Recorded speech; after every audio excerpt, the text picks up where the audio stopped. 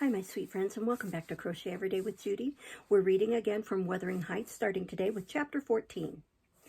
As soon as I had perused this epistle, I went to the master and informed him that his sister had arrived at the Heights and sent me a letter expressing her sorrow for Mrs. Linton's situation and her ardent desire to see him, with a wish that he would transmit to her as early as possible some token of forgiveness by me. "Forgiveness," said Linton. "I have nothing to forgive her, Ellen. You may call at Wuthering Heights this afternoon if you like and say that I am not angry, but I'm sorry to have lost her. Especially as I can never think she'll be happy. It is out of the question my going to see her, however. We are eternally divided, and should she really wish to oblige me, let her persuade the villain she has married to leave the country." "And you won't write her a little note, sir?" I asked imploringly. "No," he answered, "it is needless. My communication with Heathcliff's family shall be as sparing as his with mine. It shall not exist." Mr. Edgar's coldness depressed me exceedingly, and all the way from the Grange I puzzled my brains how to put more heart into what he said when I repeated it, and how to soften his refusal of even a few lines to console Isabella. I dare say she had been on the watch for me since morning. I saw her looking through the lattice as I came up the garden causeway, and I nodded to her, but she drew back as if afraid of being observed.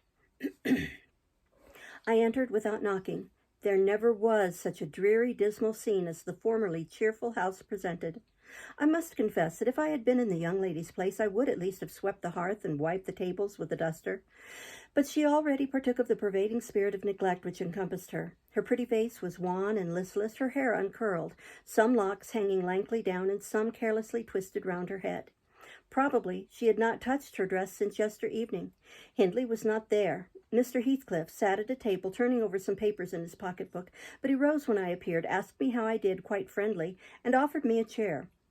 He was the only thing there that seemed decent, and I thought he never looked better. So much had circumstances altered their positions that he would certainly have struck a stranger as a born and bred gentleman, and his wife as a thorough little slattern. She came forward eagerly to greet me and held out one hand to take the expected letter. I shook my head. She wouldn't understand the hint, but followed me to a sideboard where I went to lay my bonnet, and importuned me in a whisper to give her directly what I had brought. Heathcliff guessed the meaning of her maneuvers and said, "If you've got anything for Isabella, as no doubt you have, Nellie, give it to her. You needn't make a secret of it. We have no secrets between us." "Oh, I have nothing," I replied, thinking it best to speak the truth at once. "My master bid me tell his sister that she must not expect either a letter or a visit from him at present. He sends his love, ma'am, and he wishes for your happiness and his pardon for the grief you have occasioned. But he thinks that after this time his household and the household here should drop intercommunication, as nothing good could come of keeping it up." Mrs. Heathcliff's lip quivered slightly, and she returned to her seat in the window. Her husband took his stand on the hearthstone near me and began to put questions concerning Catherine. I told him as much as I thought proper of her illness, and he extorted from me, by cross-examination, most of the facts connected with its origin. I blamed her, as she deserved, for bringing it all on herself, and ended by hoping that he would follow Mr. Linton's example and avoid future interference with his family for good or evil. "Mrs. Linton is now just recovering," I said. "She'll never be like she was, but her life is spared, and if you really have a regard for her, you'll shun crossing her way again. Nay, you'll move out of this country entirely, and that you may not regret it, I'll inform you Catherine Linton is as different now from your old friend Catherine Earnshaw as that young lady is different from me. Her appearance has changed greatly, her character much more so, and the person who is compelled of necessity to be her companion will only sustain his affection hereafter by the remembrance of what she once was, by common humanity and a sense of duty." "That is quite possible," remarked Heathcliff, forcing himself to seem calm.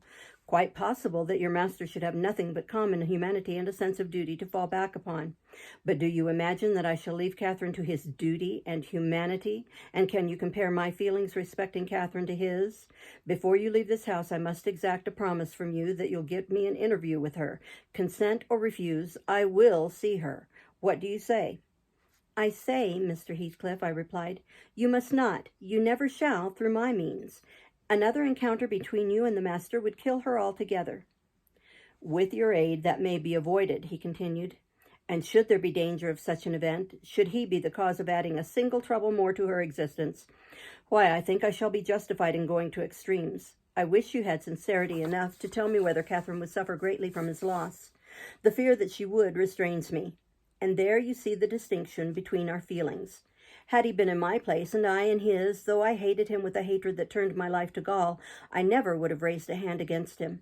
You may look incredulous if you please. I never would have banished him from her society as long as she desired his.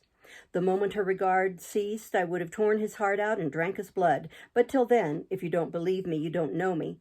Till then, I would have died by inches before I touched a single hair of his head.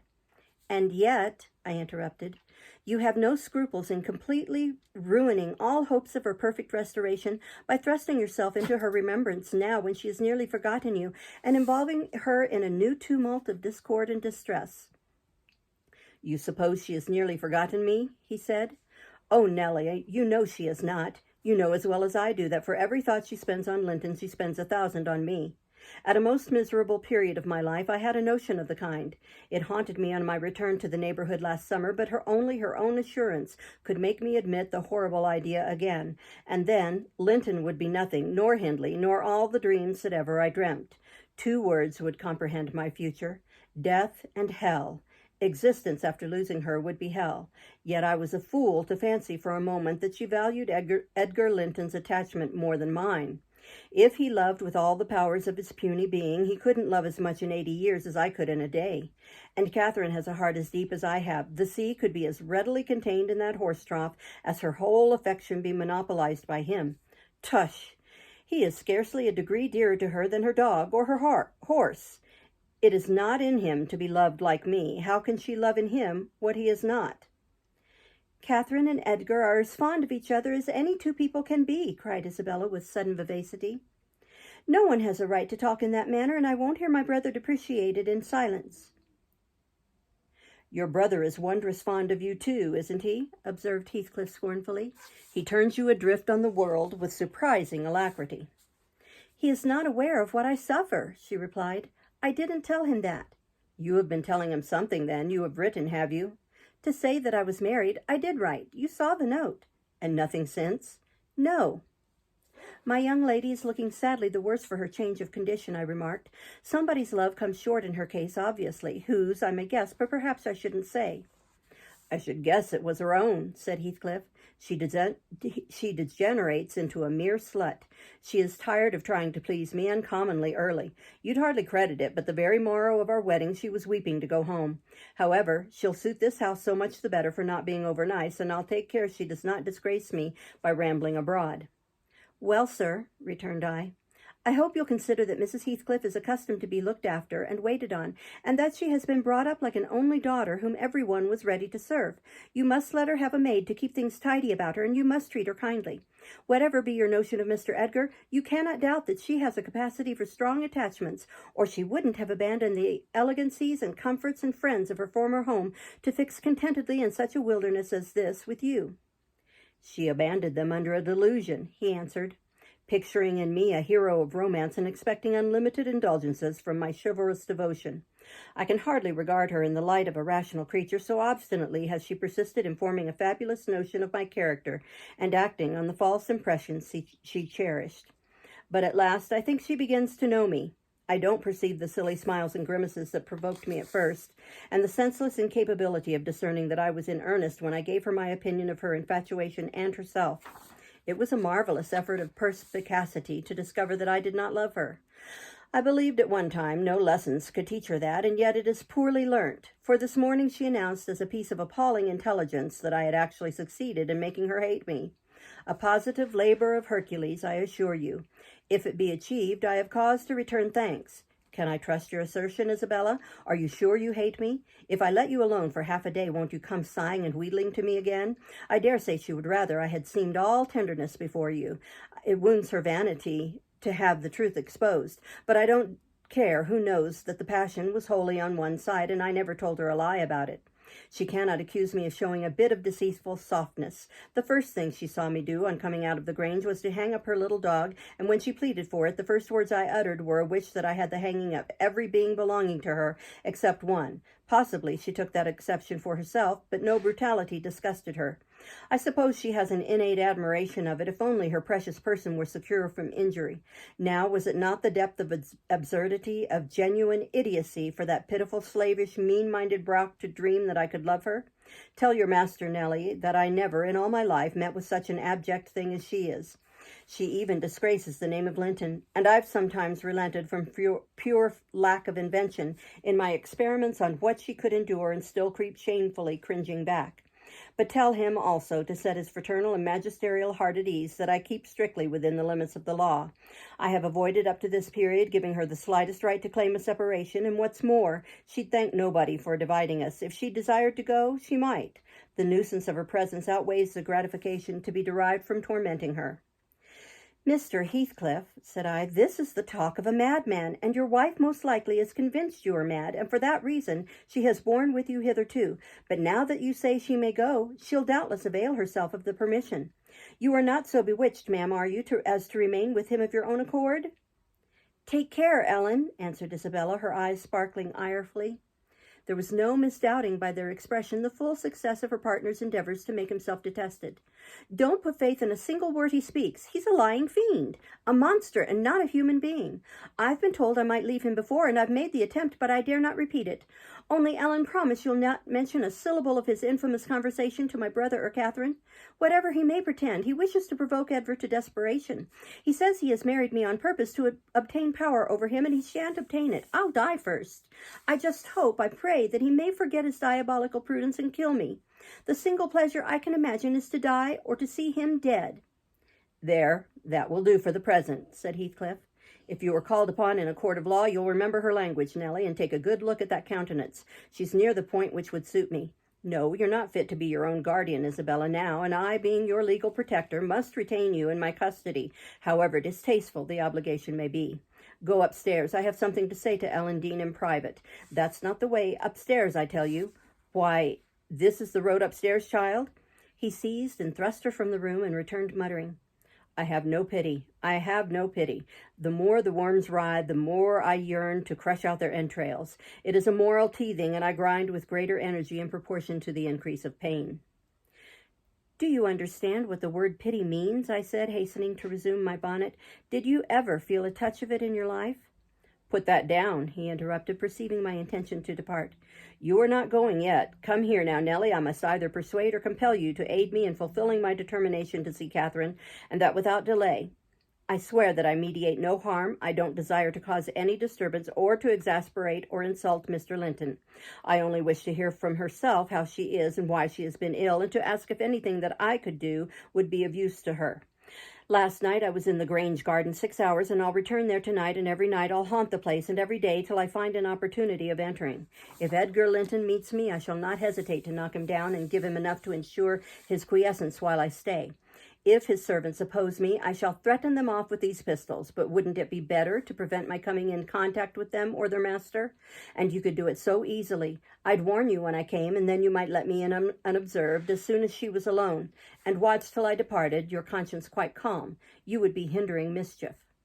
I protested against playing that treacherous part in my employer's house, and besides, I urged the cruelty and selfishness of his destroying Mrs. Linton's tranquillity for his satisfaction. The commonest occurrences startles her painfully, I said. She's all nerves, and she couldn't bear the surprise, I'm positive. Don't persist, sir, or else I shall be obliged to inform my master of your designs, and he'll take measures to secure his house and its inmates from any such unwarrantable intrusions. In that case, I'll take measures to secure you, woman, exclaimed Heathcliff. You shall not leave Wuthering Heights till tomorrow morning. It is a foolish story to assert that Catherine could not bear to see me, and as to surprising her, I don't desire it. You must prepare her. Ask if I may come. You say she never mentions my name, and that I am never mentioned to her. To whom should she mention me if I am a forbidden topic in the house? She thinks you are all spies for her husband. Oh, I've no doubt she's in hell among you. I guess by her silence as much as anything what she feels. You say she is often restless and anxious-looking. Is that a proof of tranquility?